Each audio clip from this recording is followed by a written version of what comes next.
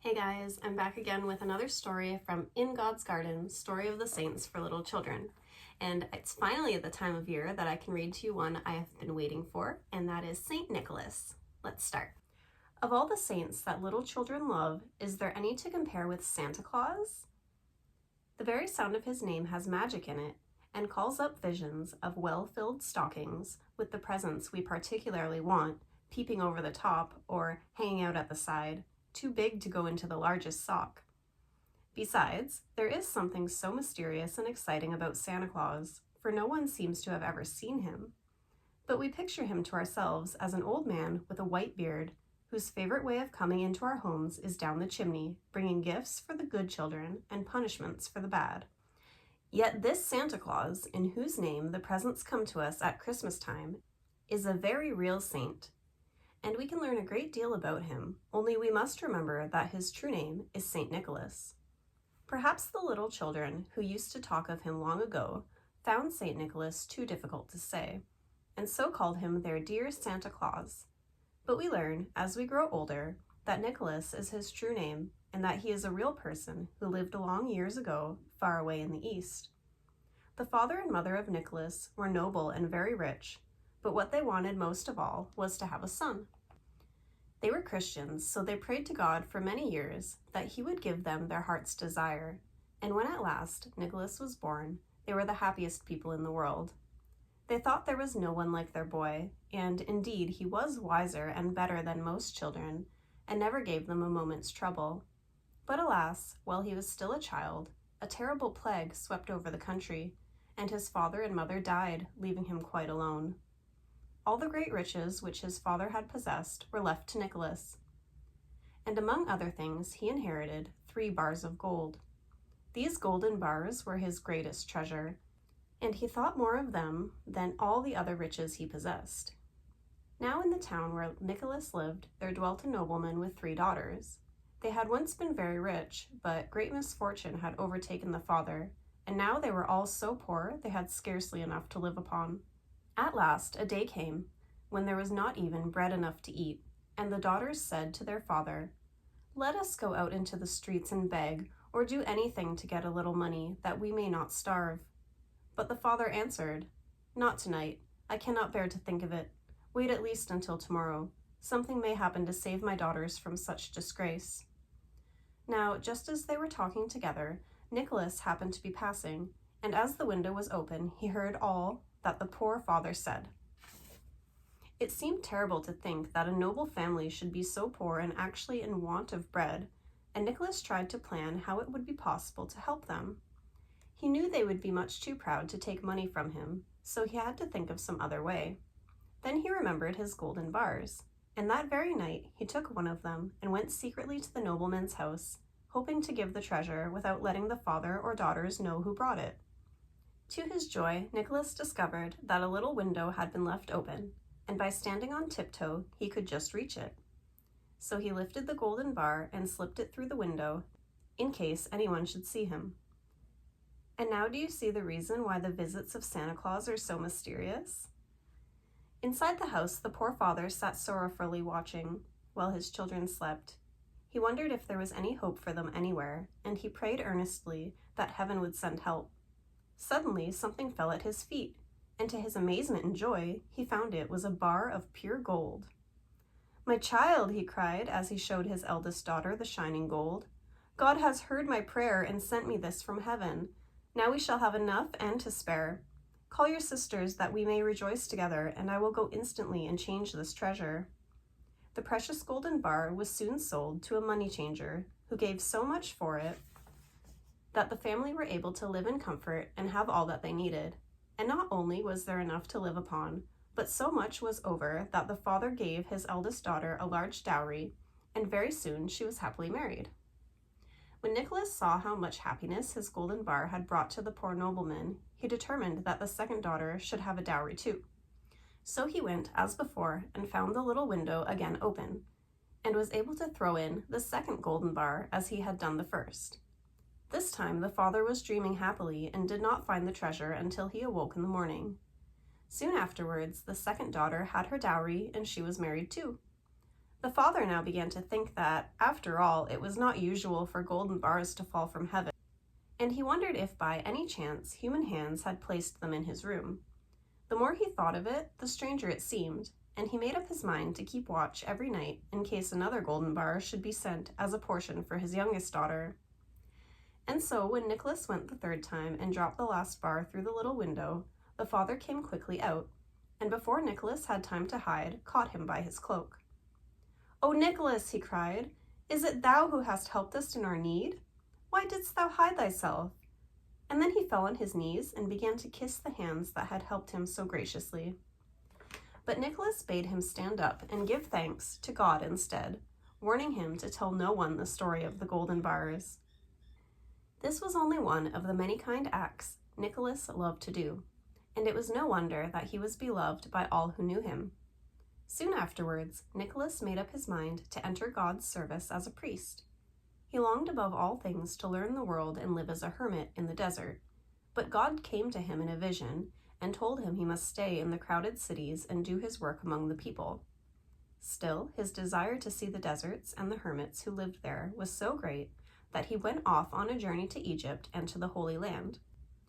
But remembering what God had bade him do, he did not stay there, but returned to his own country. On the way home, a terrific storm arose, and it seemed as if the ship he was in must be lost. The sailors could do nothing, and great waves dashed over the deck, filling the ship with water. But just as all had given up hope, Nicholas knelt and prayed to God to save them, and immediately a calm fell upon the angry sea. The winds sank to rest, and the waves ceased to lash the sides of the ship so that they sailed smoothly on, and all danger was past. Thus, Nicholas returned home in safety and went to live in the city of Myra. His ways were so quiet and humble that no one knew much about him until it came to pass one day that the Archbishop of Myra died. Then all the priests met to choose another archbishop, and it was made known to them by a sign from heaven that the first man who should enter the church next morning should be the bishop whom God had chosen. Now, Nicholas used to spend most of his nights in prayer and always went very early to church, so next morning, just as the sun was rising and the bells began to ring for the early mass, he was seen coming up to the church door and was the first to enter. As he knelt down quietly to say his prayers as usual, what was his surprise to meet a company of priests who hailed him as their new archbishop, chosen by God to be their leader and guide. So Nicholas was made Archbishop of Myra, to the joy of all in the city who knew and loved him. Not long after this, there was a great trouble in the town of Myra, for the harvests of that country had failed and a terrible famine swept over the land. Nicholas, as a good bishop should, felt the suffering of his people as if it were his own, and did all he could to help them. He knew that they must have corn or they would die, so he went to the harbor where 2 ships lay, filled with grain, and asked the captains if they would sell him their cargo. They told the bishop they would willingly do so, but it was already sold to merchants of another country, and they dared not sell it over again. "Take no thought of that," said Nicholas. "Only sell me some of thy corn for my starving people, and I promise thee that there shall be naught wanting when thou shalt arrive at thy journey's end." The captains believed in the bishop's promise and gave him as much corn as he asked, and behold, when they came to deliver their cargo to the owners, there was not a bag lacking. It is said, too, that at the time of this famine there was a cruel innkeeper in Myra who was wicked enough to catch little children and pickle them in a great tub, pretending they were pork. It happened one day as Nicholas was passing the inn door that he heard voices of children crying for help. He went in very quickly and made his way to the cellar whence the cries had come. There he found the poor children and not only rescued those who were alive, but by his prayers he brought to life those who had already been killed and cast into the tub. Another time there were 2 men in Myra who had been unjustly condemned to death, and it was told the bishop how greatly they stood in need of his help. No one ever appealed to Nicholas in vain, and he went off at once to the place of execution. The executioner was just about to raise his sword when Nicholas seized his arm and wrenched the sword away. Then he set the poor prisoners free and told the judge that, if he dared to deal so unjustly again, the wrath of heaven and of the Bishop of Myra would descend upon him. There are many other stories told about the good bishop. Like his master, he ever went about doing good, And when he died, there was a great many legends told about him, for the people loved to believe that their bishop still cared for them and would come to their aid. We do not know if all these legends are true, but they show how much St. Nicholas was loved and honored even after his death, and how everyone believed in his power to help them. Here is one of the stories which all children who love St. Nicholas will like to hear. There was once a nobleman who had no children and who longed for a son above everything else in the world. Night and day he prayed to St. Nicholas that he would grant him his request, and at last a son was born. He was a beautiful child, and the father was so delighted and so grateful to the saint who had listened to his prayers that every year on the child's birthday he made a great feast in honor of St. Nicholas, and a grand service was held in the church. Now, the evil one grew very angry each year when this happened, for it made many people go to church and honor the good saint, neither of which things pleased the evil one at all. So each year he tried to think of some plan that would put an end to these rejoicings, and he decided at last that if only he could do some evil to the child, the parents would blame St. Nicholas and all would be well. It happened just then to be the boy's 6th birthday, and a greater feast than ever was being held.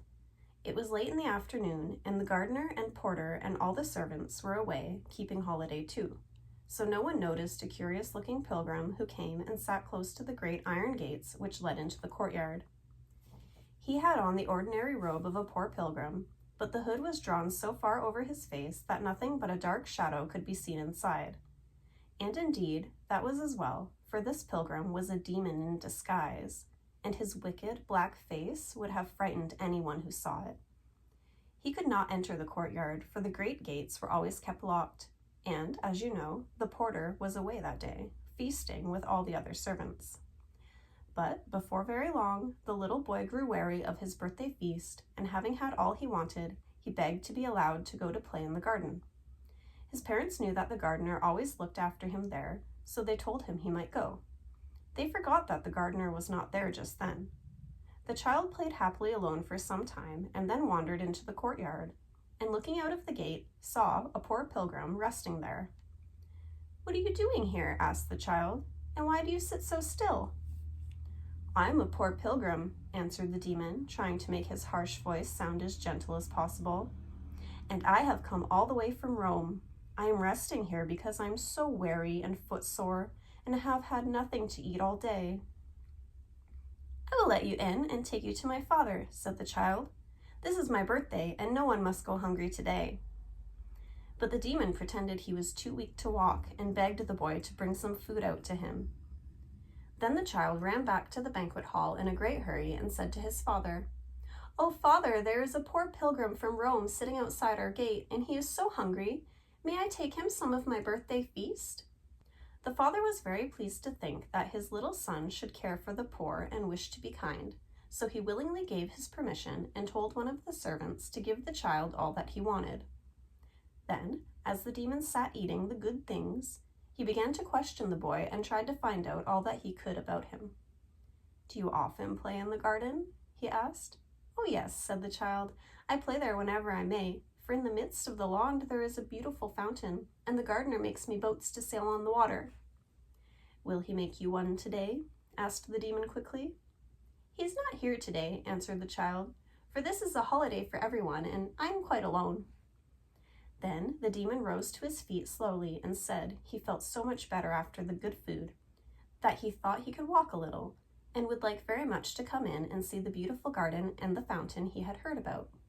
So the child climbed up and with great difficulty drew back the bolts. The great gates swung open and the demon walked in. As they went along together toward the fountain, the child held out his little hand to lead the pilgrim. But even the demon shrunk from touching anything so pure and innocent, and folded his arms under his robe so that the child could only hold by a fold of his cloak. "What strange kind of feet you have," said the child as they walked along. "They look as if they belonged to an animal." "Yes, they are curious," said the demon, "but it is just the way they are made." Then the child began to notice the demon's hands, which were even more curious than his feet, and just like the paws of a bear. But he was too courteous to say anything about them when he had already mentioned the feet. Just then they came to the fountain, and with a sudden movement the demon threw back his hood and showed his dreadful face. And before the child could scream, he was seized by those hairy hands and thrown into the water. But just at that moment the gardener was returning to his work and saw from a distance what had happened. He ran as fast as he could, but he only got to the fountain in time to see the demon vanish, while the child's body was floating on the water. Very quickly he drew him out and carried him, all dripping wet, up to the castle, where they tried to bring him back to life. But alas, it all seemed of no use. He neither moved nor breathed. And the day that had begun with such rejoicing ended in the bitterest woe. The poor parents were heartbroken, but they did not quite lose hope and prayed earnestly to St. Nicholas, who had given them the child, that he would restore their boy to them again. As they prayed by the side of the little bed where the body of the child lay, they thought something moved, and to their joy and surprise, the boy opened his eyes and sat up, and in a short time was as well as ever. They asked him eagerly what had happened, and he told them all about the pilgrim with the queer feet and hands, who had gone with him to the fountain and had thrown back his hood and shown his terrible face. After that he could remember nothing until he found himself in a beautiful garden where the loveliest flowers grew. There were lilies like white stars, and roses far more beautiful than he had ever seen in his own garden, and the leaves of the trees shone like silver and gold. It was all so beautiful that for a while he forgot about his home, and when he did remember and tried to find his way back, he grew bewildered and did not know in what direction to turn. As he was looking about, an old man came down the garden path and smiled so kindly upon him that he trusted him at once. This old man was dressed in the robes of a bishop and had a long white beard and the sweetest old face the child had ever seen. "Art thou searching for the way home?" the old man asked. "Dost thou wish to leave this beautiful garden and go back to thy father and mother?" "I want to go home," said the child with a sob in his voice, "but I cannot find the way, and I am oh so tired of searching for it." Then the old man stooped down and lifted him in his arms, and the child laid his head on the old man's shoulder and, weary with his wandering, fell fast asleep and remembered nothing more till he woke up in his own little bed. Then the parents knew that St. Nicholas had heard their prayers and had gone to fetch the child from the heavenly garden and brought him back to them. So they were more grateful to the good saint than ever, and they loved and honored him even more than they had done before, which was all the reward the demon got for his wicked doings. That is one of the many stories told after the death of St. Nicholas, and it ever helped and comforted his people to think that, though they could no longer see him, he would love and protect them still. Young maidens in need of help remembered the story of the golden bars and felt sure the good saint would not let them want. Sailors, tossing on the stormy waves, thought of that storm which had sunk to rest at the prayer of St. Nicholas. Poor prisoners with no one to take their part were comforted by the thought of those other prisoners whom he had saved. And little children perhaps have remembered him most of all, for when the happy Christmas time draws near, who is so much in their thoughts as St. Nicholas, or Santa Claus as they call him? Perhaps they are a little inclined to think of him as some good magician who comes to fill their stockings with gifts, but they should never forget that he was the kind bishop who, in olden days, loved to make the little ones happy. There are some who think that even now he watches over and protects little children, and for that reason he is called their patron saint. Something you may not have known about Santa. I didn't know this story actually. It's very interesting.